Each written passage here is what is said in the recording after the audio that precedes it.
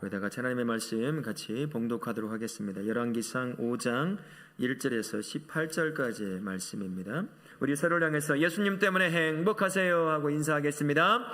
예수님 때문에 행복하세요. 예수님 때문에 행복하시기 바랍니다.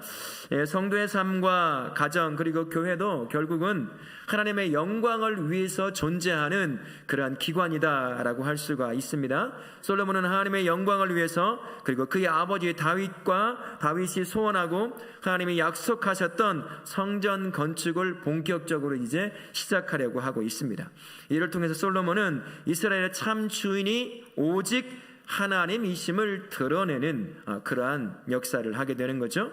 여러분, 집이란 뭘까요? 성경에서 집을 뭐라고 말을 할까요? 집을 보면 여러 가지 의미가 있는데 공간의 의미, 보금자리의 의미라고 하는 것이 있습니다. 그러니까 물리적인 공간이 되기도 하고, 보금자리라고 한다면 약간 비물리적인, 다른 말로 하면 가정 이 정도의 의미를 갖고 있어서 그때나 지금이나 똑같죠. 가정을 창조하신 분이 하나님이시기 때문에 같은 의미를 갖고 있다라고 할 수가 있습니다. 근데 히브리어를 한번 살펴보면 몇 가지 의미가 담겨져 있어요. 바이트라하고 하는 단어가 있는데 가옥, 장막, 궁전, 성전, 권속, 집안, 그리고 미시칸이라고 하는 단어가 있어요. 사람의 집, 동물의 굴, 하나님의 성전. 구약에서 히브리어로 나타나고 있는 집이라는 의미는 물리적 공간을 지칭하는 의미가 아주 강하다는 것을 볼 수가 있어요.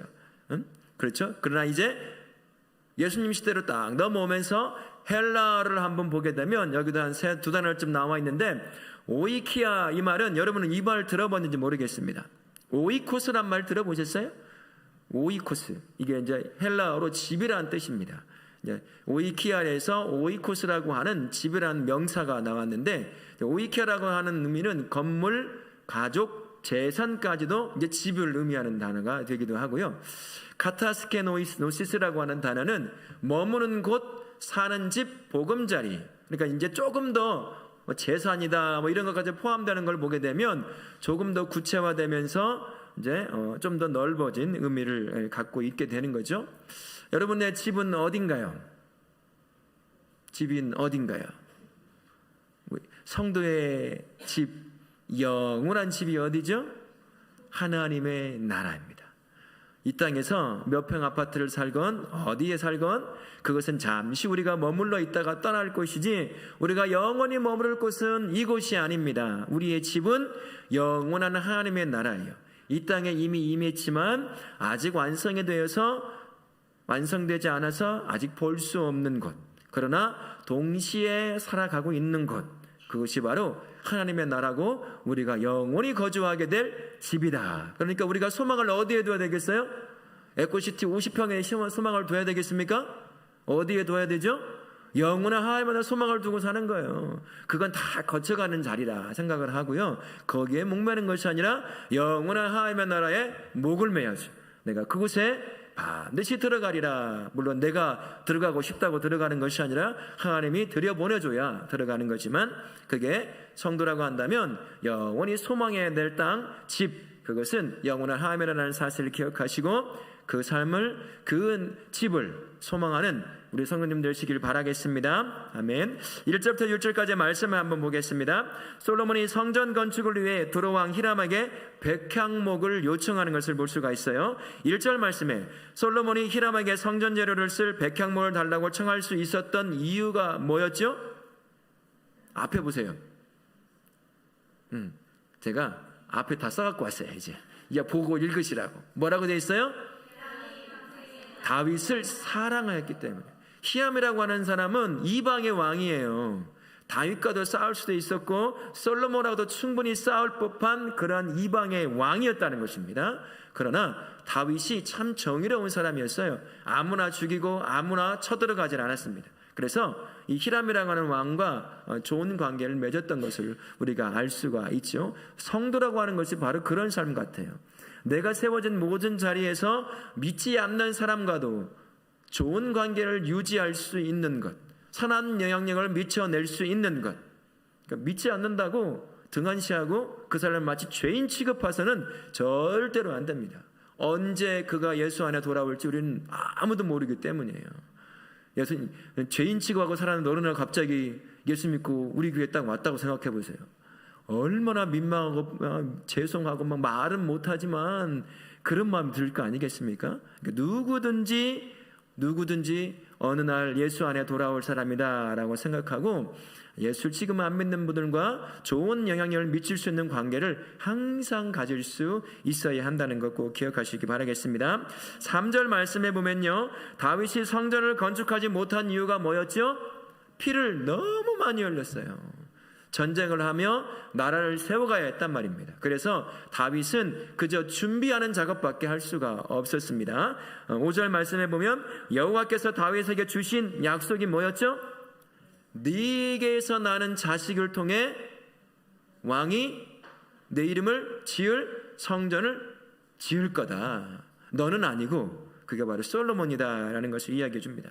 하나님은요, 자신이 주신 약속 그리고 말씀을 통해서 감동해서 마음의 말씀을 품고 살게 하시는 모든 것들에 대해서 언제나 신실하심으로 그 약속을 이루시는 것이 우리가 믿고 있는, 우리가 동행하는 하나님이신 줄로 믿습니다. 오늘 보세요. 히람이라고 하는 믿지도 않는 왕, 다윗이 죽었으면 다윗이 강성할 때는 어떻게 할지 모르니까, 쳐들어올 수 없으니까 그저 협력하는 척 할 수도 있단 말이죠. 그러나 다윗이 죽고 난 이후에도 그의 아들 솔로몬이 백향목을, 잣나무를 요구하니까 너무 흔쾌히 기뻐하며 주는 것을 볼 수가 있어요. 하나님께서 내가 너의 아들을 통해서 성전을 지켜야 하겠다라고 하신 약속이 있다고 한다면 모든 것을 다 하나님이 합력해서 이루게 만드시는 분이 우리 하나님이시다라는 것입니다. 약속을 하셨잖아요. 그러나 내가 처해 있는 상황은 그 약속이 이루어질 법한 그런 환경이 아닌 것처럼 내 눈에 보일 수도 있어요. 하지만 하나님 눈에는 전혀 그렇지 않다는 것입니다. 모든 것이 합력하여 하나님의 역사를 이룰 수 있는 모든 환경이고 사건이고 조건이 되는 겁니다. 우리에게는 아닌 것처럼 보인다 할지라도 우리 하나님은 언제나 신실하신 분이라는 사실을 기억하시고 주신 말씀이 있고 감동시킨 말씀이 있다고 한다면 그 말씀을 꼭 붙잡고 하나님께서 이루실 날을 기대하며 소망을 갖고 사실 수 있기를 바라겠습니다. 아멘. 첫 번째 나눔 한번 보겠습니다. 히람은 이방인이지만 다윗을 사랑했기에 성전 건축을 참여합니다. 이처럼 성도가 하나님 앞에서 바르게 살 때 그것을 본 불신자들도 하나님께 마음을 열 수 있습니다. 믿는 성도의 삶의 모습이 불신자로 하나님께 마음을 열 수 있는 통로가 될 수 있어야 한다는 겁니다. 하나님은 성도를 세상과 동떨어진 곳에 딱 세우지 않으셨어요. 그죠? 저 산속에 몰래 들어가 살라고 하나님 절대 그렇게 말씀하지 않으셨습니다. 하나님은요, 성도로 하여금 은둔적인 생활을 하게 만들지 않았다는 거예요. 기독교라고 하는 종교는요, 은둔의 종교가 아닙니다. 기독교는, 신앙인은 세상의 한가운데 떡하니 세워지는 게 신앙인이에요. 그게 바로 교회가 되는 것이고 그게 바로 성도가 되는 것입니다. 언제나 성도는 사람들과 함께 살게 되어 있어요. 왜 그럴까요? 하나님께서 왜 사람들 사이 북적북적하고 수많은 유혹들이 있고 나를 넘어뜨리고 시험 들게 만드는 그 수많은 사람들이 있고 수많은 환경들, 고개만 돌리면 이 안에서 오는 욕심을 채울 수 있는 수많은 것들이 있잖아요. 그런 거 없는 곳에 살게 하면 참 좋을 텐데, 그러면 유혹도 당하지 않고 죄도 덜 짓고 살 텐데 왜 하나님은 교회를 사람들의 한복판에 딱 세우고 성도로 하여금 안 믿는 자들과 함께 어울려 살게 만드셨을까요? 성도를 그렇게 세우신 데는 분명한 특별한 목적이 있다는 거예요. 누구와 누구를 위해서일까요? 하나님과 이 땅의 사람들을 위해서 위한 특별한 목적이 있어서 이 사람들의 한복판에 세운 겁니다. 어떤 목적이 있어요?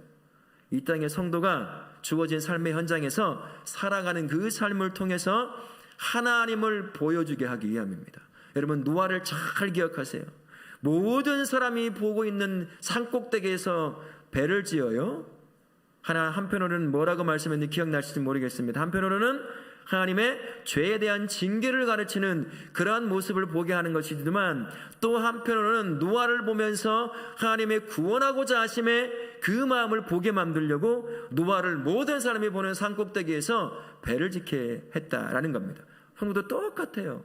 내가 하나님께서 나를 사람들이 많은 그곳에, 유혹도 많고 넘어지게 하는 것도 많고 수많은 것들이 있는 그곳에 나를 세우신 것은 나를 통해서 하나님을 보여주게 하기 위함인 것입니다.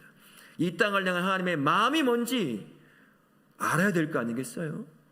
누구를 통해서 알리겠습니까? 성도라고 하는 삶, 그 삶을 통해서 보여주고 알게 하는 거예요. 이 땅을 향해 예수 그리스도가 무슨 마음을 가지고 있는지 누구를 통해 알려줄 수 있느냐는 거죠. 바로 예수님과 동행하며 예수님의 뜻을 쫓아 순종하며 살아가는 성도의 삶을 통해서 예수님의 마음을 전하기 위함이라는 것입니다. 여러분의 세워진 자리가 어디죠? 가정이고 직장이고 모든 학교, 모든 사회적 관계잖아요. 거기에서 내가 살아가는 모든 삶의 모습을 통해서 하나님을 보여주고 이 땅을 향한, 예수님이 없는 사람들을 향한 하나님의 마음이 뭔지, 얼마나 그들을 사랑하고 구원하고 싶어 하시는지 그 삶을 보여주게 하기 위함이라는 거예요. 그래서 산속에 나무 밑에서 돛 닦으라고 하지 않으셔요. 우리 하나님은요. 현장인 삶의 그 자리에서 치열한 영적 전투를 치러가면서 그곳에 살게 하시는 것입니다. 그래서 하나님을 보여주고 구원의 통로가 어딘지를 우리를 통해서 발견하게 만들기 위함이라는 겁니다. 그러면 그 삶을 우리가 어떻게 살아갈 수가 있을까요? 첫 번째는요, 성도가 하나님을 믿는 신실한 믿음을 갖고 살아가야 됩니다. 성도라고 하지만 성도의 모습이 안 보일 때가 있어요. 세상 사람들도요, 자기처럼 예수 믿는 사람이 따라오기를 바라는 면이 있어요. 자기처럼 술도 먹고 담배도 피고 놀러도 다니고 뭐 또 하고 싶어, 야 너희만 뭐 그러냐고 다 그런 마음이 있지만 그 밑에 뭐가 깔려 있는 줄 아세요? 속으면 안 돼요. 그 밑에 너마저 그러면 안 된다는 마음이 다 깔려 있어요. 그러면 그렇지, 네가 예수 믿는다고 나랑 똑같구만, 이런 마음이 있다는 거예요. 성도가 세워진 그 자리에서 예수 그리스도를 정확하게 믿는 겁니다.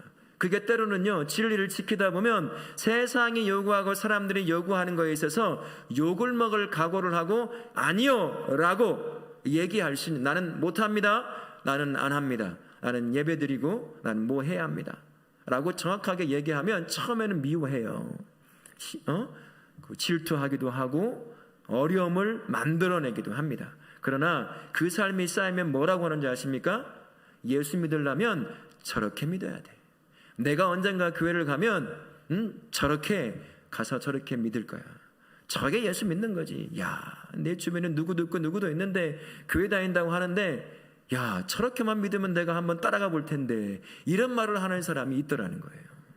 그러니까 정확한 신앙을 가지고 믿음을 가지고 살아가는 거예요. 숨기지 않고 내가 신앙이라는 사실을 인정하고 그 신앙의 삶을 어느 곳에든지 변함없이 살아갈 때 세상 사람들이 그 안에서 눈이 열리고 귀가 열려서 하나님을 볼 수 있는 기회가 생긴다는 것입니다. 또 한 가지는요, 정의와 공의와 선을 살아내는 삶을 살아야 돼요. 세상은 참 자기 이득을 위해서는 뭐든지 할 수 있는 그러한 곳이 세상이라고 할 수가 있겠지요. 내 이득이 되는 일이라고 한다면 누구든지 속이고 자기 이득을 취할 수 있는 게 세상 사람들입니다.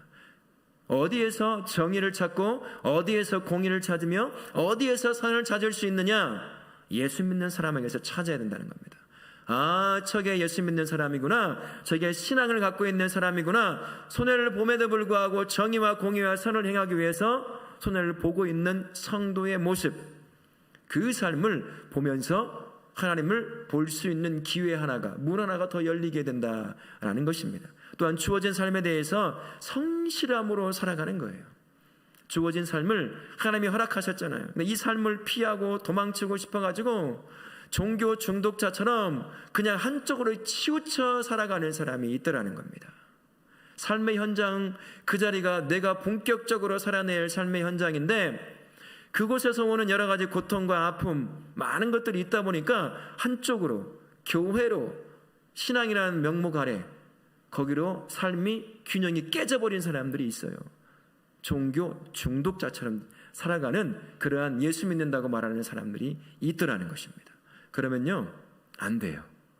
주어진 삶자리 있잖아요. 내게 부르심이 있어요. 가정주부라고 하면 가정주부의 삶을 살아야 되고, 직장인을 하나님 부르셨다고 한다면 거기서 정직함으로 성실함으로 나에게 부르시고 세우신 그 자리에서 살아내는 삶을 살아야 돼요.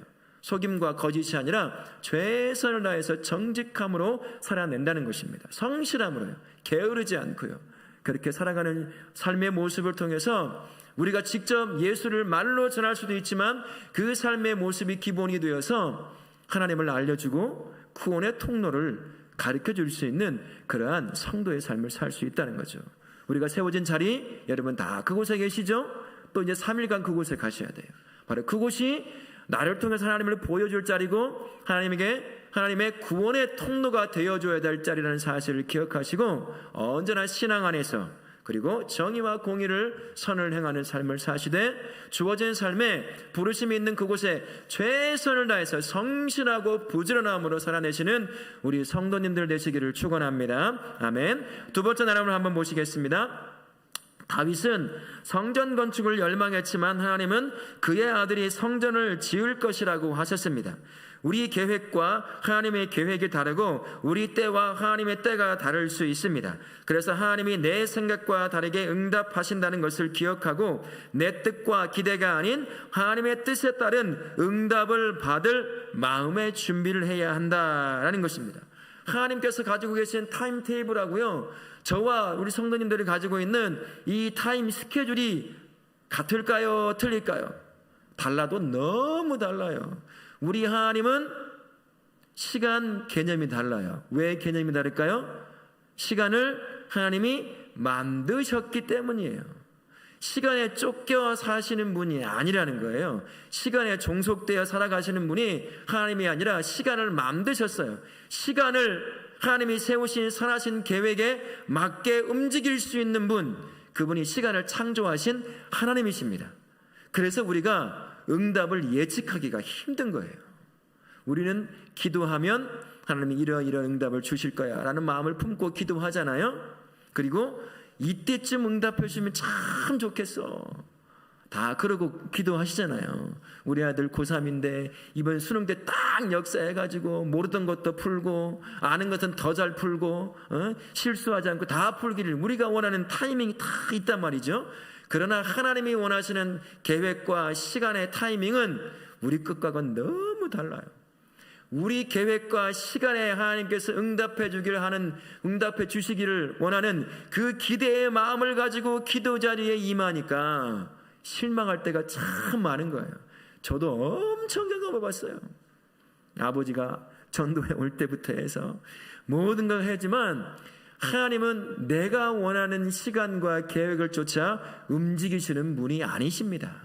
하나님은 자신의 선하신 계획과 시간을 쫓아서 응답해 주시는 하나님이시다라는 겁니다.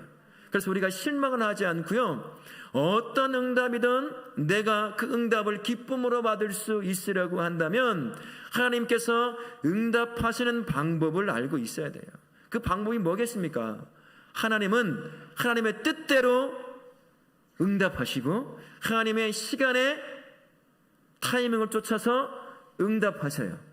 근데 놀라운 건요, 내가 계획하고 내 시간에 맞춰서 하나님이 응답해 주시기를 원하시는 것을 받을 때보다 하나님께서 원하시는 계획과 하나님께서 원하시는 때에 그 응답을 주시면 내가 상상도 할 수 없었던 또 다른 역사, 더 깊은 역사, 더 넓은 역사를 경험할 수가 있어요. 그게 내가 원하는 걸 얻지는 못할 수도 있습니다. 그러나 내가 기대하지도 않았던 것들을 응답을 받는 역사들이 일어나는 거예요. 솔로몬 보세요. 히람이라고 하는 왕이 언제든 전쟁을 일으킬 수 있었습니다. 아버지 다윗 때는 아버지가 강력하게 이 땅과 그 주변을 통치하고 있으니까 꼼짝 못해서 무서워서 그렇게 사랑한다라고 할 수 있겠지만, 그러나 아버지가 죽었어요. 그러면 이제 당장에 전쟁을 일으켜서 땅을 차지하든 무엇을 차지할 수 있었습니다. 그러나 솔로몬이 히람에게 부탁했을 때 너무 기뻐하는 것을 보세요. 어떻게 이방 왕이 다른 왕의 아들에게 마치 밑으로 들어오는 것처럼 무릎을 꿇고 기뻐하며 나오겠습니까? 그런 일이 일어나지 않아요. 하지만 하나님께서 정확하게 약속대로 응답을 하시니까 기대하지도 않았던 역사들이 솔로몬에게 일어나기 시작하는 거예요. 그래서 우리가 내가 원하는 시간과 내가 원하는 계획을 쫓아 하나님의 응답이 아니라 하나님께서 원하시는 시간과 하나님께서 주시기를 원하시는 계획이 있다는 사실을 항상 머릿속에 마음속에 새기시고 하나님께서 주실 것이 언제인지 모르지만 하나님께서 허락하실 것에 대한 기대감을 가지고 내 것이 아니라 다 내려놓고 하나님의 시간과 계획에 나의 시간과 계획을 딱 맞추고 그렇게 응답을 기다릴 때 내가 소망했던 것, 내가 얻기를 원했던 것보다 더 놀라운 역사를 경험할 수 있다는 것을 꼭 기억하며 사시는 우리 성도님들 되시기를 바라겠습니다. 아멘. 우리 큰 두 번째 7절부터 18절 말씀 한번 보겠습니다. 솔로몬이 역군들을 세워 성전 건축을 위한 제목과 돌들을 갖추게 됩니다. 7절과 8절 말씀에 솔로몬의 청을 듣고 두로왕 히람은 어떻게 반응을 하죠? 크게 기뻐하고 백향목 제목과 잣나무 제목 크게 기뻐한다는 게 중요한 거예요. 자기가 존경하던 아들 죽은 왕의 아들이 그렇게 부탁하는데 크게 기뻐할 일이 뭐가 있겠어요? 하나님의 역사함이 이렇게 일어나게 되는 겁니다. 11절 말씀 제목에 대한 대가로 솔로몬이 히람에게 보낸 것이 무엇이죠? 궁정의 음식물로 밀 2만 고루와 맑은 기름 20고루를 주고 해마다 주었습니다. 고루라고 하는 것은 지금의 리터로 따지면 1고루당 220리터래요. 그러니까 2만 고루 밀을 줬어요. 엄청난 양을 주는데 기름은 몇 고루였어요? 20고루. 그러니까 기름이라는 건 짜야 되고 하니까 그렇게 많지 않잖아요. 20고루라고 해도 몇 킬로일까요? 한 2톤 이상이 되는 거 아니에요? 2,000kg가 넘으니까요. 해마다 엄청나게 많은 것을 히람 왕에게 줬어요. 성전을 지을 때 공짜로 하나님이 짓게 하지 않으십니다. 반드시 대가를 치르게 하셔요. 대가를 치릅니다. 그래서 그 사람 히람에게 해마다 제목에 대한 그런 모든 대가로 이 많은 밀과 기름을 솔로몬이 대가를 주는 걸 볼 수 있어요. 12절 말씀에 보면 성전의 건축의 대업을 위해 여호와께서 솔로몬에게 주신 것이 무엇이었습니까? 지혜를 주셨어요. 돈을 주고 권력을 준 것이 아니라 지혜를 주셨습니다. 다른 것이 아니라 말이죠. 하나님의 선한 뜻을 따라 사역을 감당할 때 하나님은 합력하여 선을 이루시는 분이라는 사실을 오늘 이 말씀들을 통해서 우리가 알 수 있습니다.